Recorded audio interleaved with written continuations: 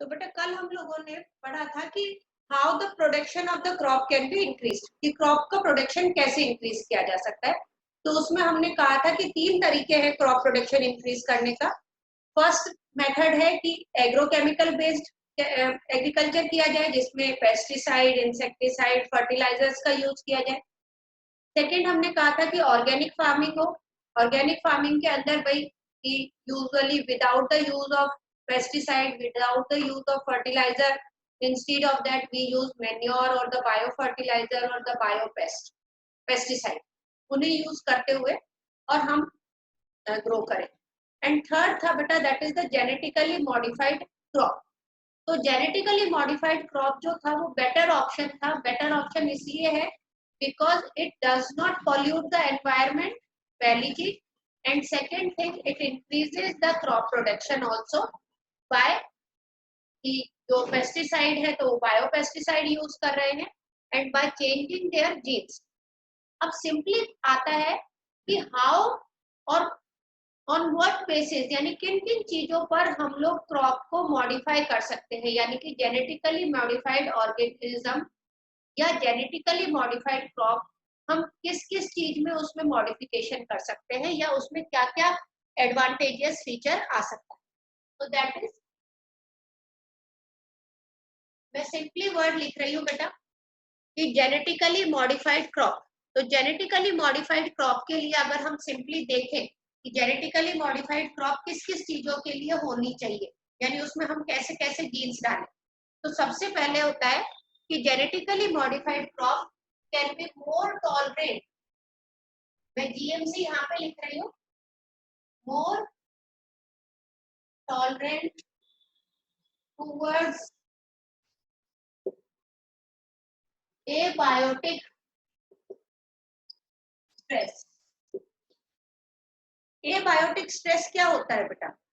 Abiotic stress मतलब कि high temperature, drought, सेलाइनिटी, यानी अगर कहीं पे टेम्परेचर बहुत हाई है तो उससे क्रॉप के ऊपर कोई खास असर नहीं पड़े।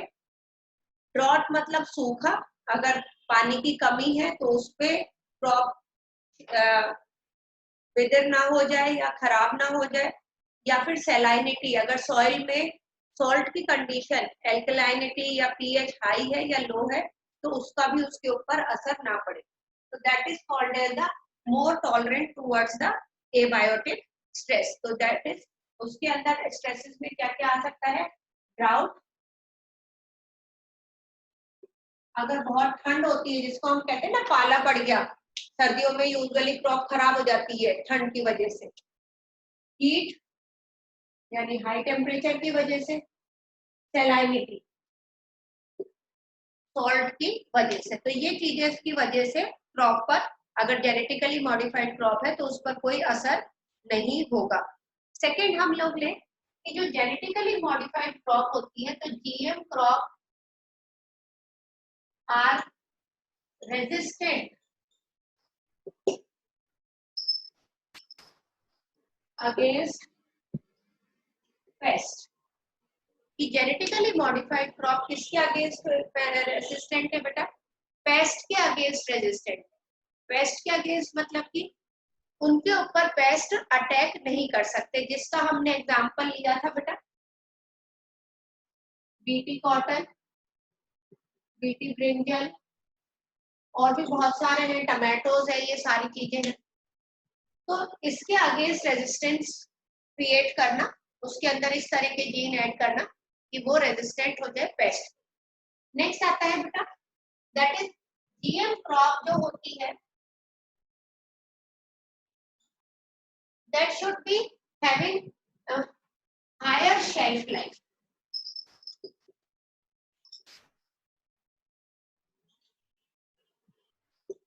उसकी हायर शेल्फ लाइफ होनी चाहिए। हायर शेल्फ लाइफ का क्या मतलब है?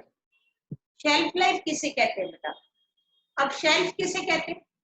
अगर हम लोग दुकान में जाते हैं तो दुकान में ऐसे खाने बने हुए रहते हैं ना, उनको शेल्फ कहते हैं। उसमें वो सामान रखते हैं, सामान रखते हैं, यानी जब अगर हम खरीदने गए, हमें जरूरत है तो हमने उनसे ले ली। तो आपने देखा होगा कि कोई भी अगर अपन चीज लेके आते हैं बाजार से, प्रोसेस फूड, उसकी एक एक्सपायरी डेट होती है। कि इतने में प्रोडक्शन हुआ था, 2019 जून में हुआ था और 2020 जून में उसकी एक्सपायरी हो जाएगी।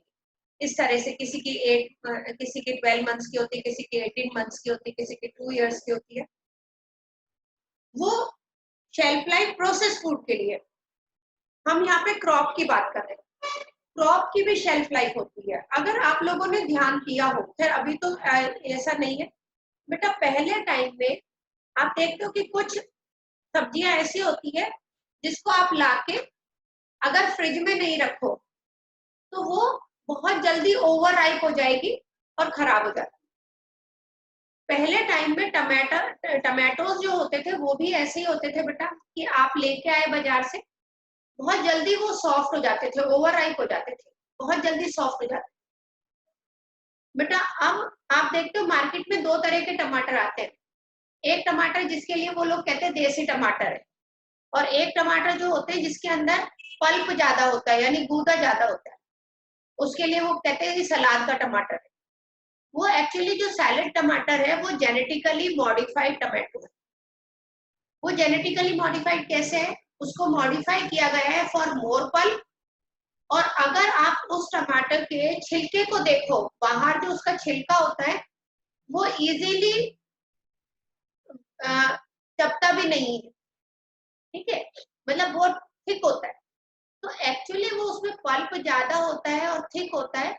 और कई बार ऐसे टाइट टमाटर आते हैं कि आप काटो तो वो पकते भी नहीं है, गलते भी नहीं है जल्दी से। तो वो एक्चुअली जेनेटिकली मॉडिफाइड टमाटोज है, जो शेल्फ लाइफ जिसकी ज्यादा है। मतलब शेल्फ लाइफ का मतलब खेत से तोड़ा, तोड़ने के बाद ट्रांसपोर्टेशन, और ट्रांसपोर्टेशन के बाद मार्केट में आया, मार्केट में बिका, बिकने के बाद हमारे घर आया, घर में हम कितने दिन तक उसको रख सकते हैं, यानी कि तोड़ने से यूज करने तक के टाइम पीरियड को कहा जाता है शेल्फ लाइफ।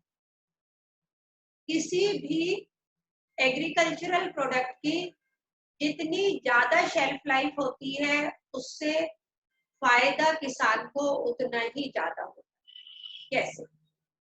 जैसे सपोज मेरे खेत में बहुत सारे टमाटर, मैंने खेती करी है और बहुत अच्छी बम्पर फसल हुई है। अब क्या होगा बेटा, जिस साल बम्पर फसल होती है तो सबके यहाँ पे बम्पर फसल होती है। अब मैंने तोड़े टमाटर, अब मुझे इमीडिएटली जैसे ही मैंने तोड़े वो हल्के से राइप होने चालू हुए, मुझे इमीडिएटली तोड़ के उनको ट्रांसपोर्ट करके मंडी में बेच के आना पड़ेगा। अगर मैं मंडी में नहीं बेच के आई और सोचा कि कल चलेंगे, तो तब तक तो वो सारी टमाटर की ट्रॉली खत्म हो जानी है। क्यों? क्योंकि वो तो ओवर राइप हो जाएंगे। अब अगर मैं मंडी में गई, और मंडी में आप लोगों को पता है कि डिमांड और सप्लाई पे काम चलता है सारी चीज। डिमांड कितनी है और सप्लाई कितनी आ रही है। जो यूजुअली देखते हो शादी के सीजन में सब्जियों का रेट हाई हो जाता है। क्यों? क्योंकि शादियों के सीजन में डिमांड इंक्रीज हो जाती है, और जब अगर डिमांड नहीं है, सप्लाई ज्यादा आ रही है, तो रेट डाउन आ जाते हैं। तो यहाँ पे अगर मैं बेचने गई और बहुत सारे लोग भी खरीदने के बेचने के लिए आए, तो क्या हो जाएगा बेटा, डिमांड कम हो गई और सप्लाई ज्यादा हो गई। तो वो लोग मुझे कहेंगे कि ठीक है, 2 रुपए किलो के भाव से देके चले जाओ सारे टमाटर, या 4 रुपए किलो के भाव से। ये रेट रहता है बेटा। हम अगर 20 रुपए किलो के भाव से ला रहे हैं, तो किसान उसको हार्डली 2 या 4 रुपए के किलो के भाव से बेच के जाता है। अब अगर मेरे को तो 2 रुपए किलो के भाव से तो ट्रैक्टर का भाड़ा भी नहीं निकला लाने का, खेती करी उसका तो छोड़ो, भाड़ा भी नहीं निकला, तो मैं क्या करूंगी? मैं नहीं बेचूंगी, नहीं बेचूंगी तो वो भी नहीं मिलने वाला मुझे। तो यहाँ पे क्रॉप जो, और कई बार क्या होता है, रास्ते में लाते लाते ही वो ओवर राइप हो जाते हैं। तो ओवर राइप ना हो उसके लिए आजकल जो क्रॉप डेवलप की गई है वो कैसी करी गई है, जिसकी शेल्फ लाइफ ज्यादा है। यानी after plucking from the plant, उसको मार्केट तक जाके और हमारे घर आके कंज्यूमर तक, जब तक कंज्यूमर कंज्यूम नहीं कर लेता, वो लाइफ पीरियड क्या होता है बेटा, शेल्फ लाइफ। इसका एग्जाम्पल है फ्लेवर सेवर टमाटो। ये नाम है बेटा टमाटो की वैरायटी का, फ्लेवर सेवर टमाटो। तो flavour saver tomato genetically modified crop है, जो हायर शेल्फ लाइफ के लिए बनाया गया है। उसके बाद में नेक्स्ट आता है बेटा कि जेनेटिकली मॉडिफाइड क्रॉप जो होती है वो हैविंग हाई विटामिन कंटेंट। आजकल क्रॉप को जेनेटिकली मॉडिफाइड किया जा रहा है कि विटामिन कंटेंट उनके अंदर क्या हो जाए बेटा, ज्यादा, विटामिन का अमाउंट ज्यादा हो जाए। इसका एग्जांपल है बेटा, ये आता है बोर्ड में, गोल्डन राइस जो rich in vitamin A. Golden rice मतलब ये राइस होता है, उसका कलर थोड़ा सा येलोइश होता है, थोड़ा येलोइश कलर होता है, इसकी वजह से इसका नाम दिया गया है golden rice, which is a rich source of vitamin A.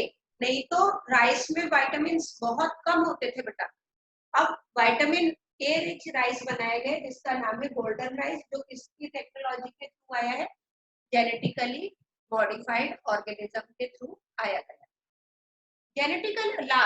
Genetically modified जो क्रॉप होती है उसका बेटा वो इस तरह से उसको चेंज करते हैं, मॉडिफाई करते हैं to increase the efficiency of mineral which is uptaken। इसका मीनिंग क्या हुआ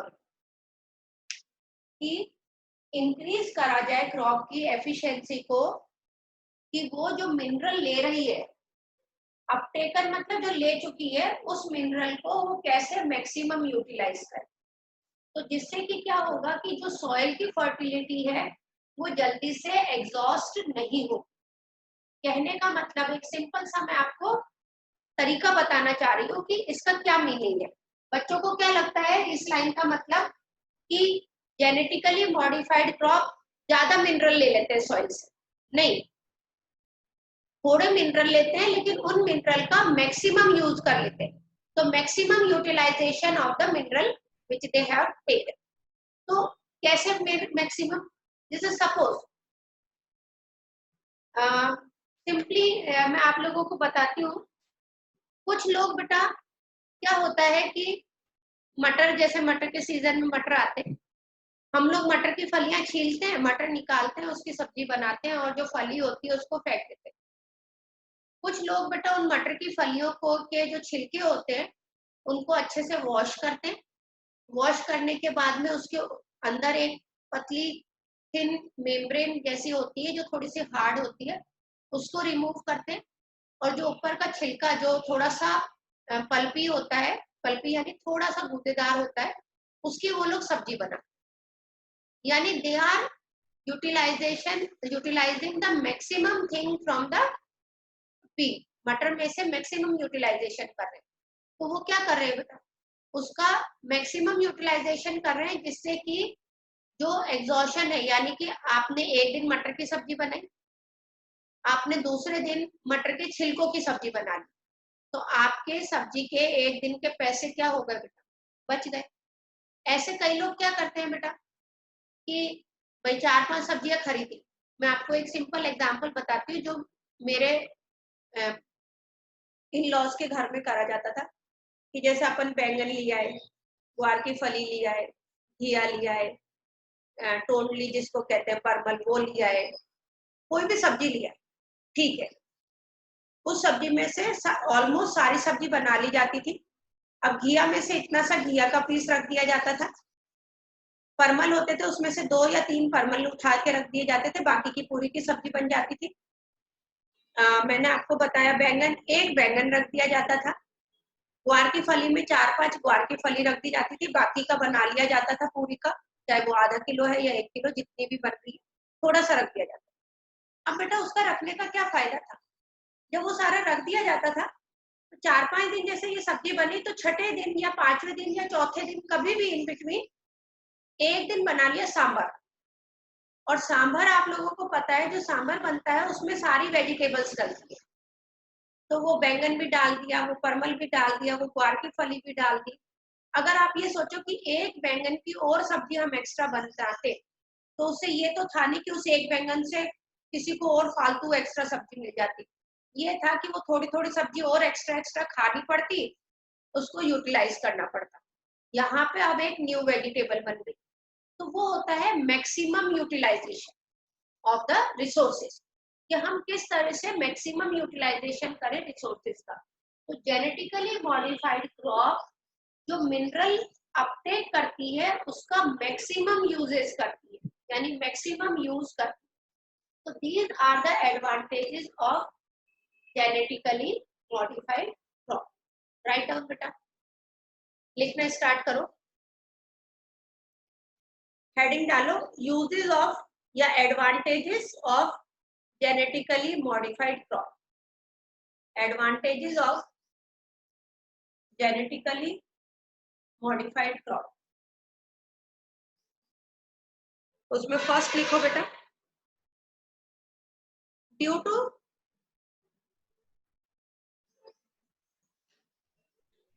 genetic modification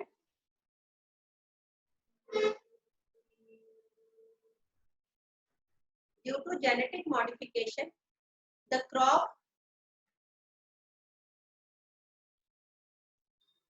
become useful, the crop become useful in many ways, in many ways। उसमें सबसे फर्स्ट पॉइंट लिखो बेटा, more resistant towards abiotic stress।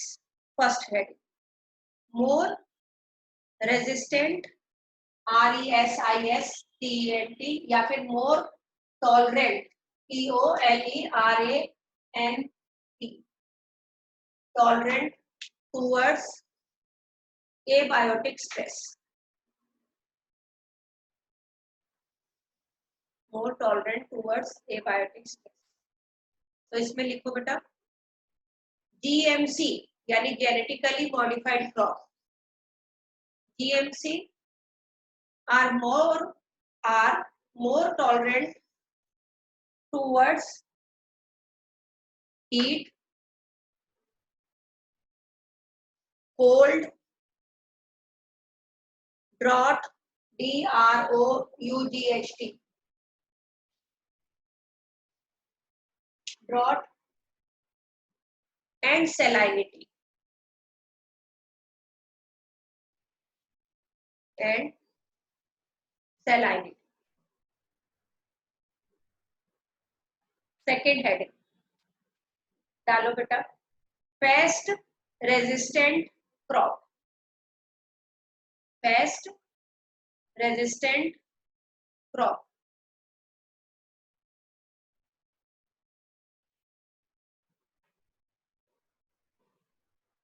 इसके अंदर लिखो बेटा,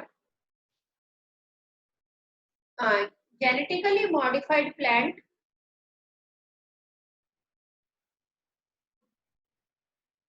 genetically modified plant have been pest resistant, so they are less dependent on, so they are less dependent on pesticide,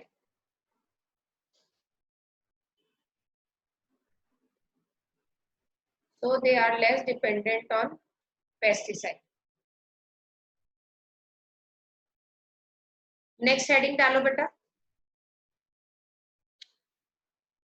increased shelf life, increased shelf life।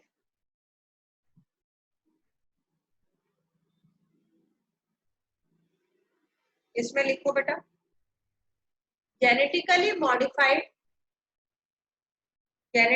modified crop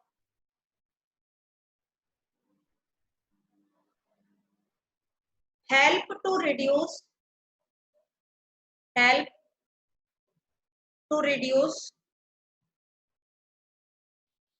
post harvest losses, LOSSES,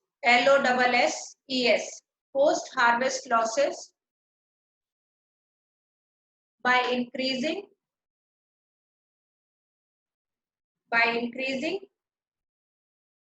shelf life,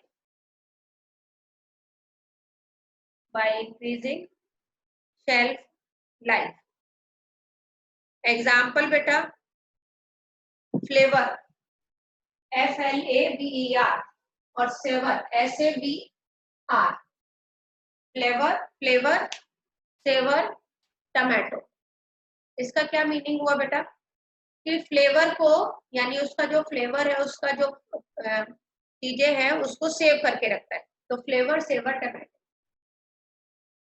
ठीक है, next लिखो बेटा heading, vitamin enrich,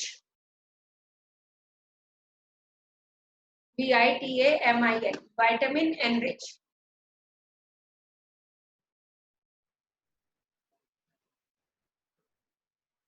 इसमें लिखो बेटा, the GMC यानी genetically modified crop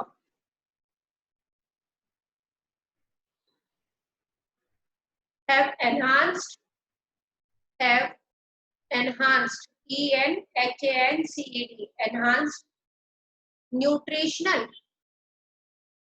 enhanced nutritional value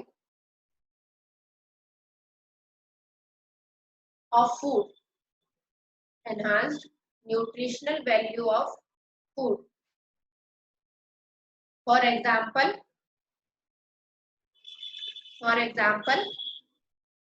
golden rice,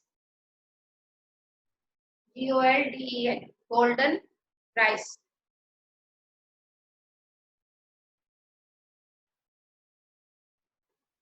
which is vitamin A enriched,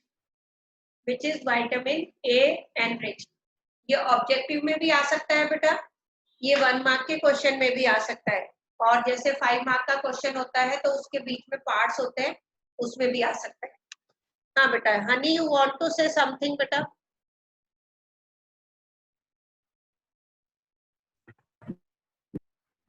Honey आपको कुछ कहना है बेटा?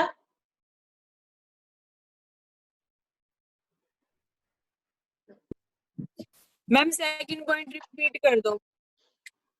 किसकी बेटा? रेजिस्टेंट वाला, pest resistant crop.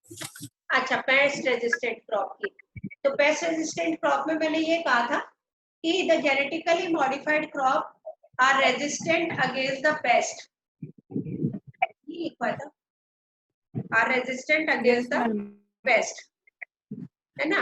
So the use of pesticide decreases, yeah, so less dependent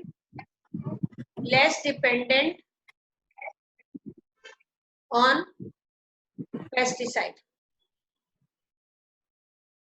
हाँ कीर्ति प्रकाश, you want to say something?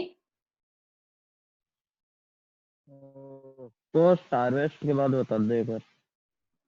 हाँ बेटा, पोस्ट हार्वेस्ट लॉसेस में, अच्छा पोस्ट हार्वेस्ट लॉसेस, उसमें मैंने क्या लिखवाया था आप लोगों को कि to reduce the post harvest losses, तो उसमें बताना है genetically modified crop help to reduce, मतलब मैंने क्वेश्चन तो लिखवाया, वो तो लिखवाई थी कि इंक्रीज शेल्फ लाइफ, तो उसमें मैंने लिखवाया था कि help to reduce post harvest losses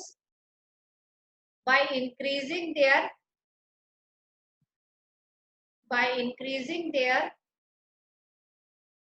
shelf life.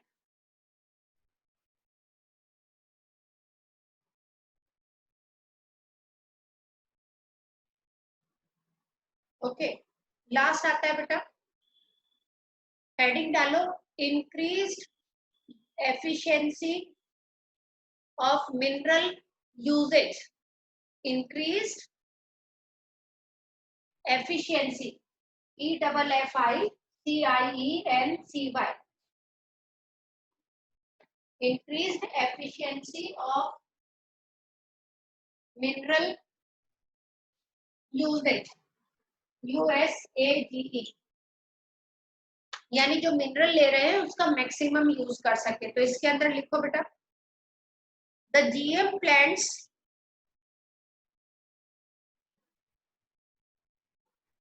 Can use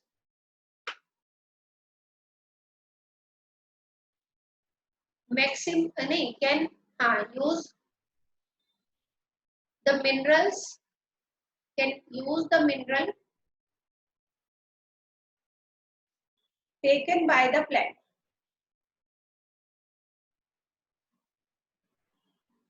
So it prevent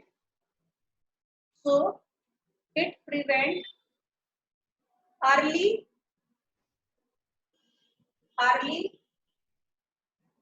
exhaustion. Early exhaustion मतलब जल्दी से एग्जॉस्ट नहीं होती, early exhaustion of soil, early exhaustion of soil. दोबारा से ज्वाइन करना है बेटा, अभी 2 मिनट है इसके बाद में। अब ये तो हो गया बेटा कि what is the advantages of the genetically modified crop. अब सबसे पहले चीज हम लोग जो डेफिनेशन लेना भूल गए हैं वो डेफिनेशन लेंगे कि एक्चुअली जीएमसी होती क्या है, कि जेनेटिकली मॉडिफाइड क्रॉप होती क्या है। तो genetically modified crop are those transgenic का मतलब होता है जिनके अंदर जीन्स को ट्रांसफर किया गया है। ट्रांसजेनिक कहीं पे भी वर्ड आता है ट्रांसजेनिक, इसका मतलब जीन्स को ट्रांसफर किया गया है। तो genetically modified crop are the transgenic plant in which the desired DNA or the desired gene is introduced। जब desired gene को introduce करा जाएगा तो जिस plant के अंदर वो change हुआ है उसको कहा जाएगा genetically modified crop। तो heading डालो genetically modified crop।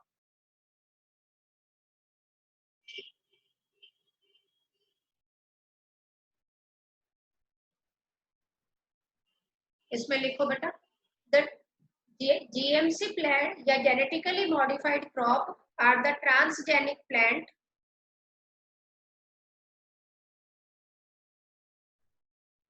genetically modified crop are the transgenic plant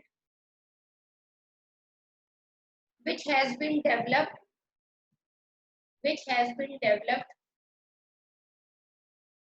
by insertion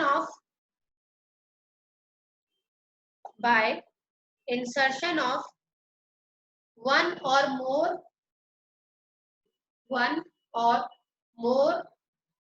desired gene,